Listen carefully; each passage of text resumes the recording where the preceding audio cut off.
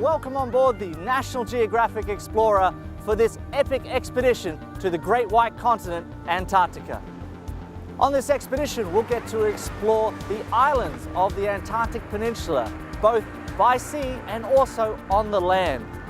We'll get to walk on fast ice and step onto the continent itself.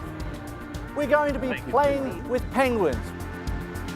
We'll be witnessing spectacular whale displays, and we'll get to see the different seal species that inhabit this beautiful area. We begin our expedition in Ushuaia, the southernmost city in the world. As we cruise through the Beagle Channel, we'll then have to cross the Drake Passage. For many, crossing the Drake is a rite of passage. Our crossing was typical, with 4 to 6 meter waves. Antarctica is an incredibly special place. Most people come down here for penguins, but you'll stay for the ice. As we cruise through the waters of the Antarctic Peninsula, we're going to see every type of iceberg imaginable, from huge tabular icebergs to little bergy bits, growlers, sea ice, and the vast, fast ice and glaciers beyond. I've been incredibly privileged traveling here for the last 10 years, and I've learned that no two expeditions are the same. We have different weather, we go to different places, and every iceberg is unique.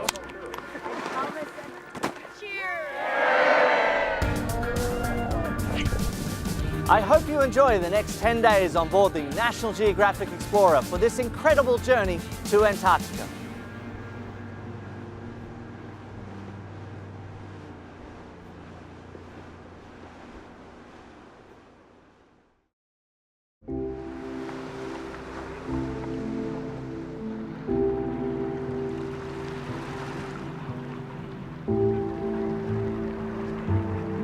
So we finally made it. We've come across the Drake, and here we are in Antarctica for our very first landing. We're here on Half Moon Island. It's a beautiful island, and we're going to take off on our first long hike.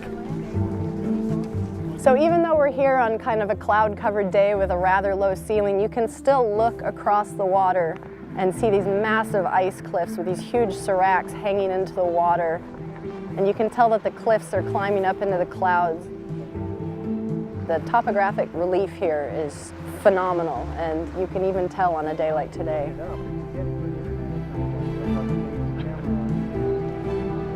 How's the first walk in Antarctica? Awesome. Wonderful. Here at Half Moon Island, we get to see our first species of brush-tail penguin, the chinstrap penguin. Chinstrap penguins are going to be one of the 3 brush-tail species that we see, and the brush-tails are going to accompany us all the way down the peninsula. Pretty much on every landing we'll have some species of brush-tail. So there's a colony here on chicks right now. They got their downy feathers so they can stay warm outside. They don't have to be under their parents all the time. So we'll get to see them in that part of their life stage. You can hear the parents calling to the chicks when they come back from sea, the adults talking to each other between nests.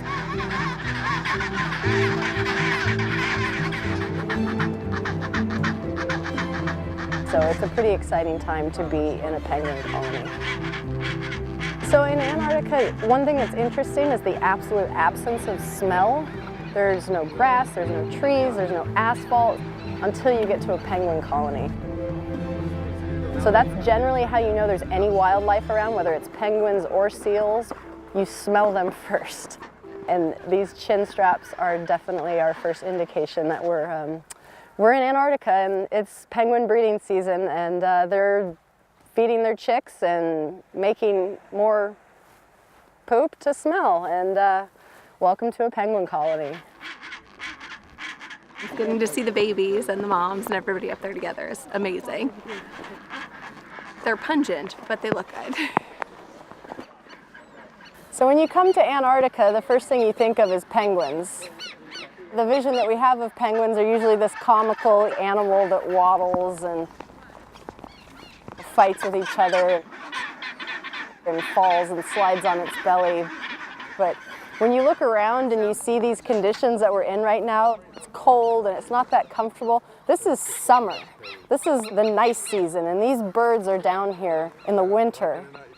They've got to be some of the toughest birds on the planet to live here and do what they do and manage to eke out a life. First landing is awesome. It's hard to leave. It's such a beautiful place. So starting here at Half Moon Island, the sights, the smells, the sounds of the penguins calling, it's just a super cool start to our first day in Antarctica.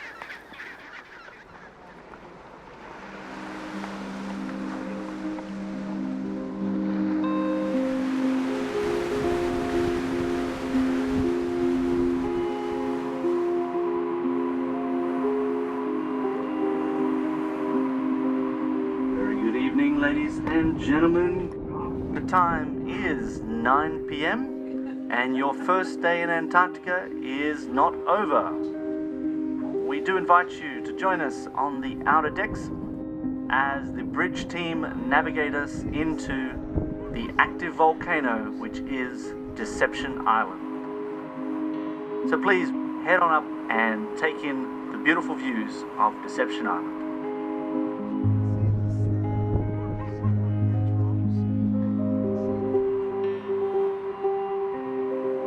If you're looking out on the starboard bow, you'll see a gap in the ridge. That's called Neptune's window.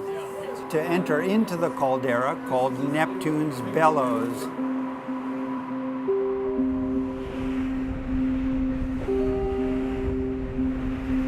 Here in Whalers Bay, we're seeing the broad sweep of human history in this area. Back from the 1820s with the early sealers, all the way up through the 1920s and the whalers, up into the modern era with scientific exploration in the area in the 60s, 70s, and on into the present day.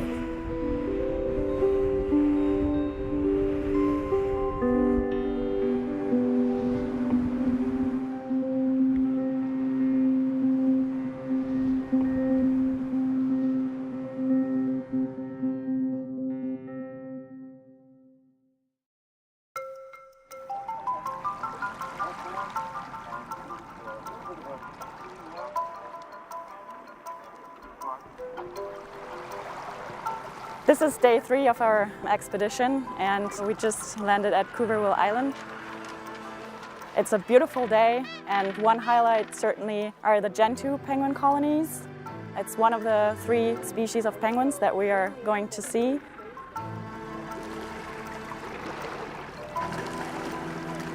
The Gentoo penguin is the 3rd largest penguin species, and you can differentiate them from the other penguins because they have an orange beak and orange feet and a white spot on their head.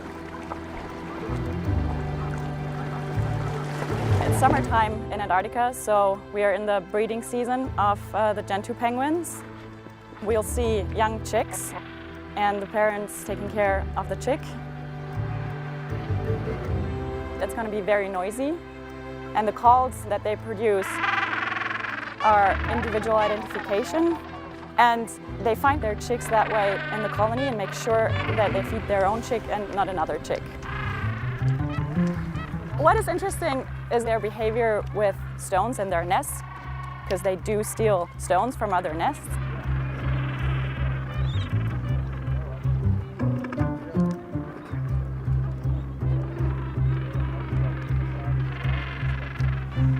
In Antarctica, in this really harsh environment, it's all about energy efficiency to get from the sea or the foraging grounds to the colonies, which are partly very high up. And they will use the same pathways because it's easier for them to step on packed snow instead of fresh snow. And we call those pathways that they use penguin highways. We can see the penguins walking up in lines.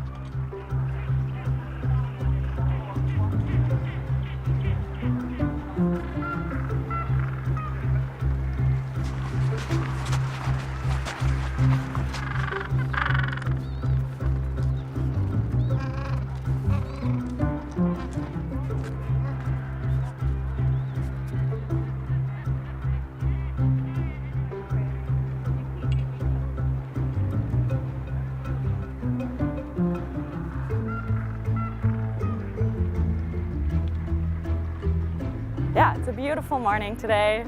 We have lots of activities going on, kayaking, hiking. It's a great way to start the third day of our expedition at Cuberville Island.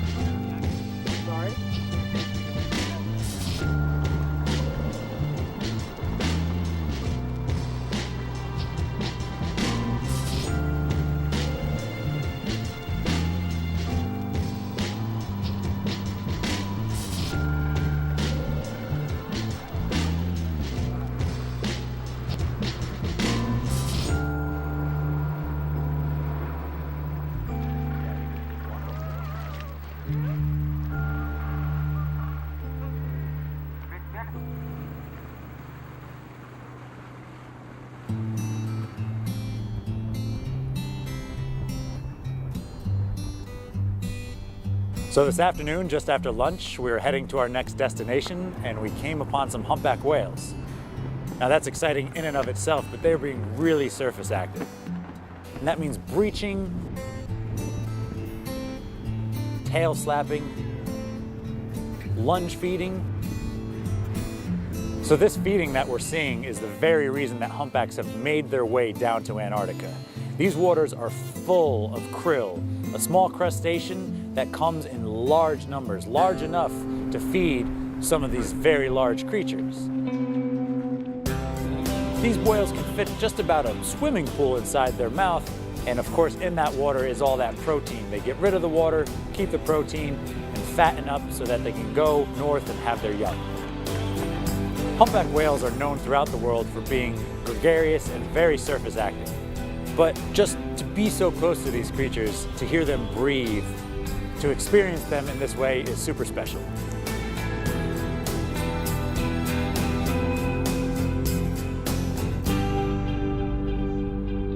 Just when we thought it couldn't get any better, a few miles away we found a pod of killer whales.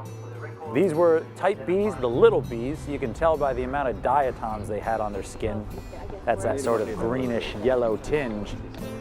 They're feeding on mainly fish and penguins, smaller sorts of stuff than the larger killer whales like the big Bs and the type As that are down here.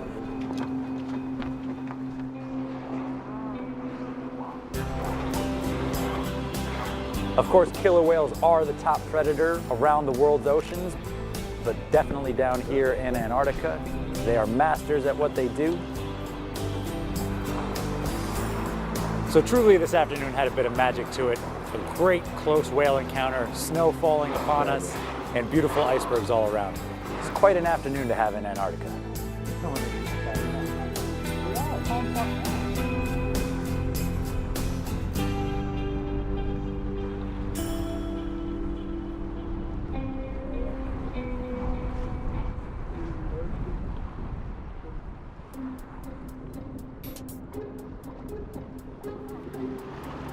So this is Useful Island. It's in the middle of Gerlache Strait, and we're just going to do a quick Zodiac cruise around it.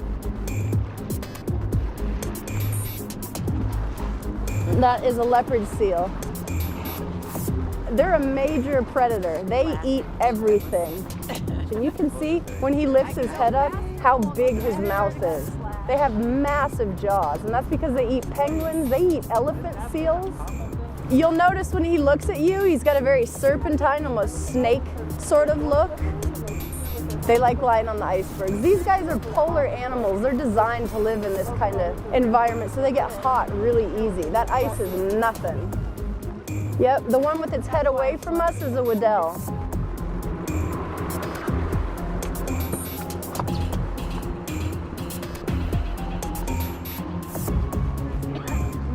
This is an Otariad, or fur seal, sea lion. So he's the one that's rotating his hind flippers under, can run like a bear, has those little external ear flaps that you can kind of see, and sits upright. You're never going to see those other two sit upright like that guy does. So we had 3 pinnipeds and 1 zodiac cruise, which is a pretty special treat. I'm not sure I've ever had that. So first seal, leopard seal, and a Waddell. Awesome.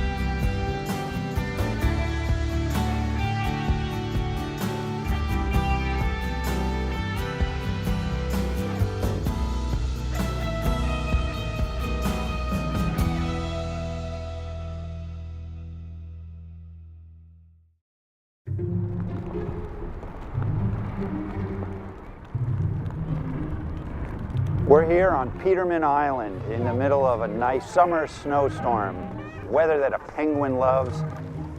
We're really experiencing the Antarctic in its glory.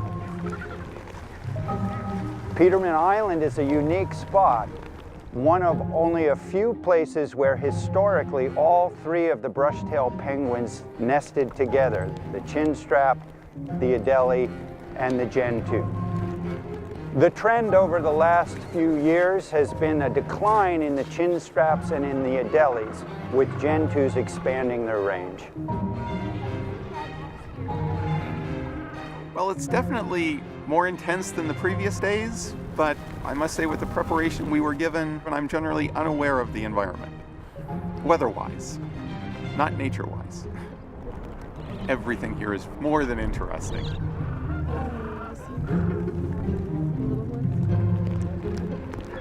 With this fresh cover of snow on the penguin highways, we're seeing some of them toboggan along on their bellies, pushing along with their feet.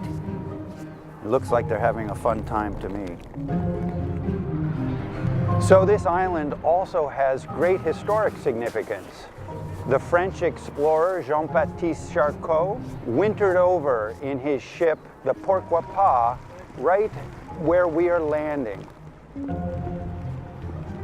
There also is a memorial cross erected here for a much more recent but tragic event where 3 explorers from the British Antarctic Survey in the early 1980s decided to travel across the sea ice. Unfortunately, they were never seen again, and it's suspected that the ice broke up and they just were lost at sea. Peterman Island includes many of the characteristic and unique features of this part of the peninsula.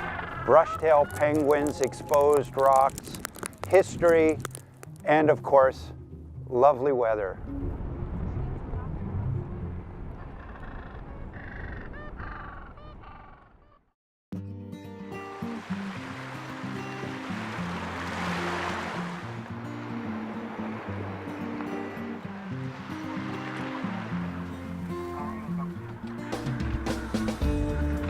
I'm Ken Garrett, National Geographic photographer here on the National Geographic Explorer.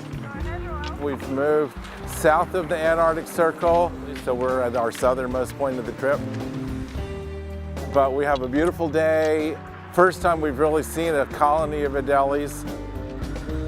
Adelies, to me, are the most playful. So we should get really interesting pictures of the Adelies going in and out of the sea ice. Could be a lot of fun here. We've got Adelies in spades.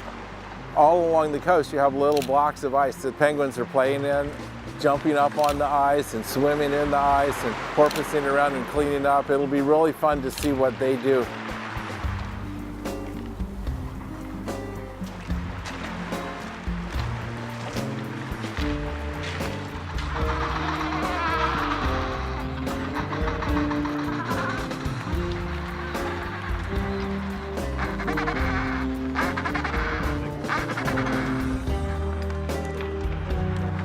One of the things that I think is going to be really special here is that we can climb up a scree slope and actually walk up and touch a glacier.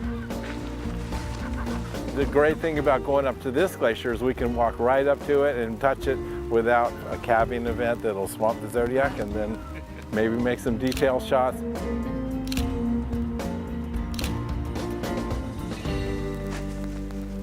There were two geologists and they were chatting, and I love rocks, and I said, so how old are these rocks that we're walking on? And he said they didn't really know, but if they were just to take a guess, they would say they're at least 1 billion years old. Way before there were critters that recorded history. I mean, I don't know. I'm really in an altered state.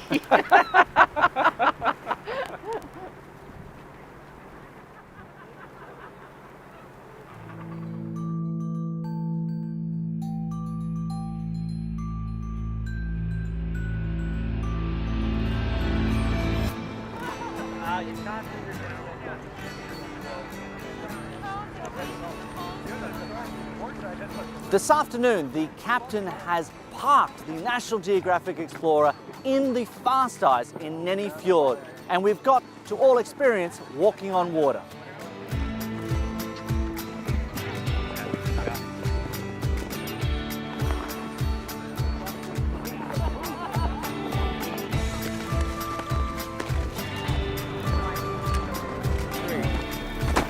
I definitely got that.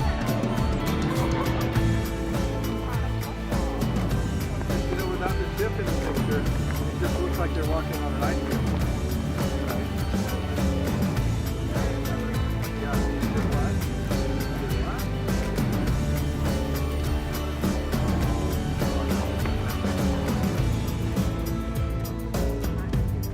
Extraordinary, amazing, absolutely breathtaking. You can see God's hand in the whole thing. No one will believe this. They think that we were crazy to come in the first place. Friends have come and described it, but it didn't do justice to the actual feeling of it. It's ethereal. It just uplifts your spirit. Yeah. Antarctica. To Antarctica. Cheers. Cheers. Cheers. Cheers. We did it. We walked on water. We walked on water. Oh, great.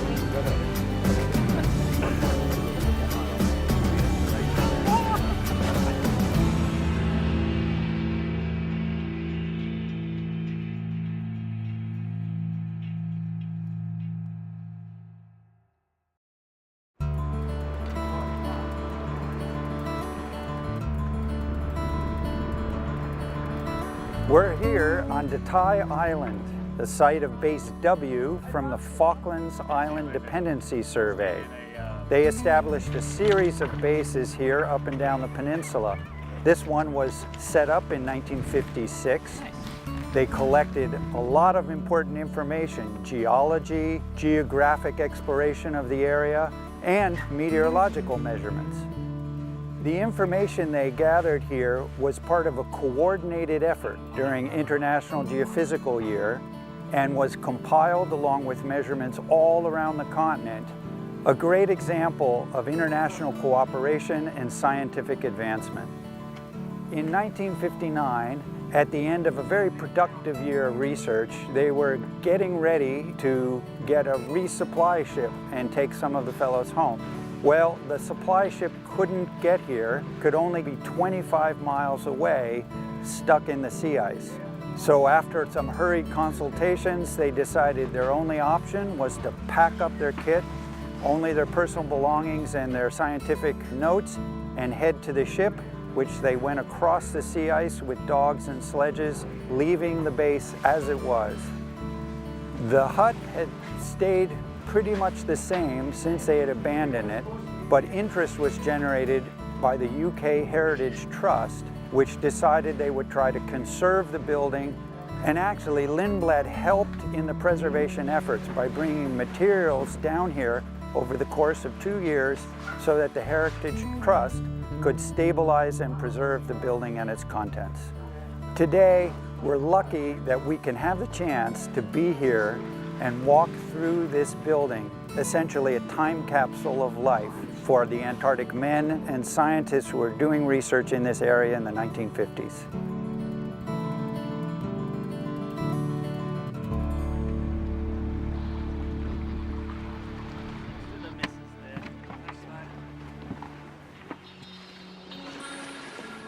So what we're going to do is come out here to the right-hand side, work our way through some of these icebergs. Now this is prime location for B2 killer whales and B1. So anytime they're out on the sea ice, the Adelies are always going to be looking around to see what's coming. They're not as confident as they are once they hit the shore. Been around ice now for a couple of days, and hopefully this afternoon you're going to start seeing just how incredible these huge bergs are and how much they penetrate down to the water. We have very little phytoplankton in the water today, so we have great visibility, and you can see how far down the ice goes into the water column. So if you look down both sides of the Zodiac now, you can see that there's ice into the water. The National Geographic photographer David Doublé, he was saying that the iceberg's the metaphor for the sea, because you see just the top 1/3, but most of what we know about the ocean is beneath the waves and we never get to see it. Can everyone see in front of the Zodiac the piece of ice that's floating that's very, very flat? We have a piece of single-year sea ice. If it was multi-year ice, it would be thicker and you would start to see these pressure ridges. This ice can be maybe a year or two, compared to something like the glacial ice. This is broken off one of the glaciers that's spilling down into the water. It might be thousands of years, depending on what part of the glacier it's come from. You can't age it by looking at it without doing an ice core. Every day you come to Antarctica, the ice changes. It moves, it's carved out by both the air and the water, and then the light changes through the day as the clouds change. So you can see the same piece of ice all through the day and photograph it and enjoy it for 24 hours, and not one photo is going to look the same. So this is a day in the life of a crab-eater seal.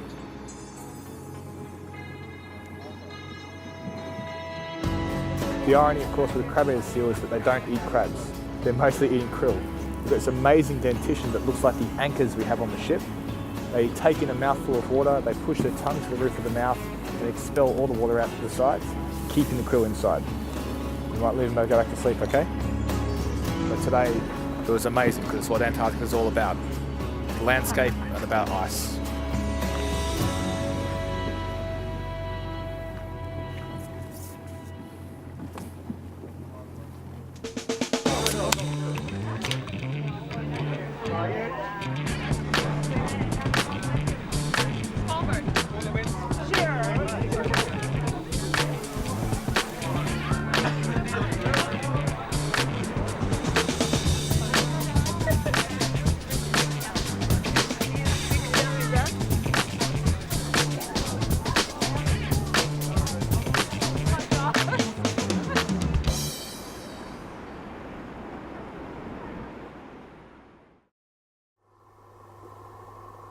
My name is Paul North, and I am the undersea specialist on board the Explorer. As part of the dive team on board, our job is to bring the underwater life to the surface to example the rich marine environment of Antarctica to our guests.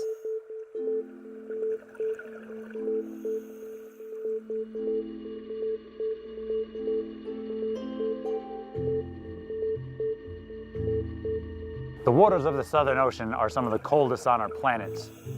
But because of the upwelling, the deep ocean nutrients that are coming from the bottom, they're also some of the most productive. We have immense plankton blooms here, and that kicks off the food chain, which leads directly up to the whales and all of the life that we are here to see. This is an extreme environment. Not everything can live here. They've had to evolve, they've had to adapt to exist in this freezing cold environment.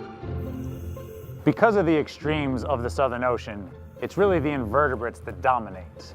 It's too cold for many fish species to live here, so it's really the life on the bottom, that which is holding on or moving very slowly along, that is the life that you see the most when you journey underwater here.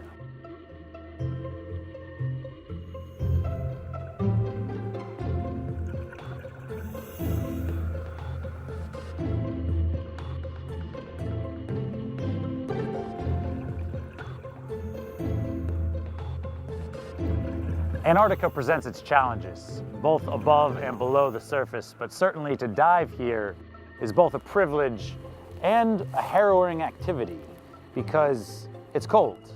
We don't have a full face mask, we're not protected, things go numb, but we're here for the purpose of exempling what people don't expect to see.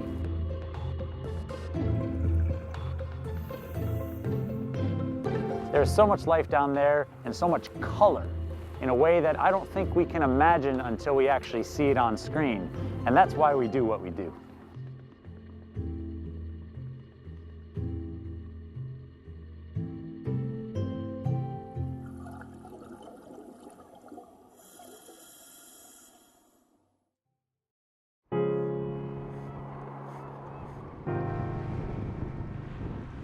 Good afternoon, everybody, and welcome to Nico Harbor, your continental landing. You're stepping foot on Antarctica.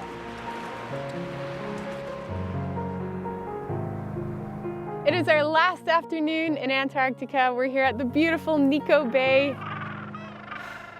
This is a wonderful place. It has everything you could possibly ask for. A beautiful tidewater glacier, penguins and penguin chicks, penguin highways, even a little bit of a hill for people to go sliding down.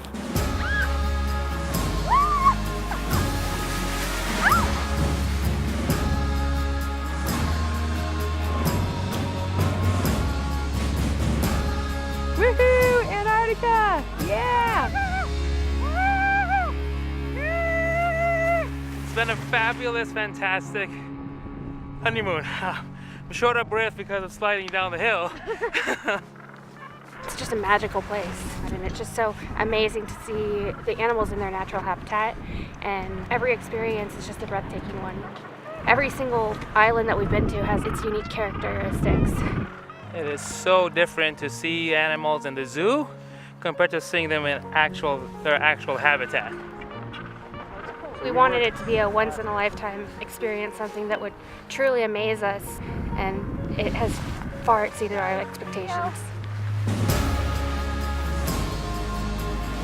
Well, I hope you've enjoyed this remarkable journey to Antarctica on board the National Geographic Explorer.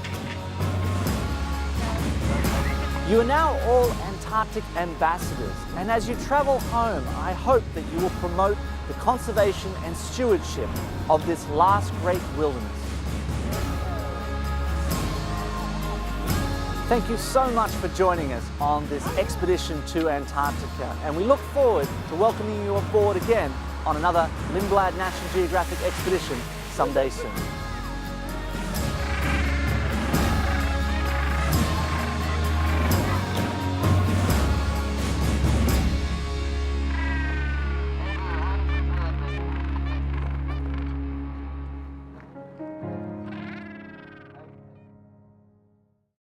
You out of the water. Okay. Okay, we look up at the crowd first. Are we ready? Look up at the crowd. Okay. Right.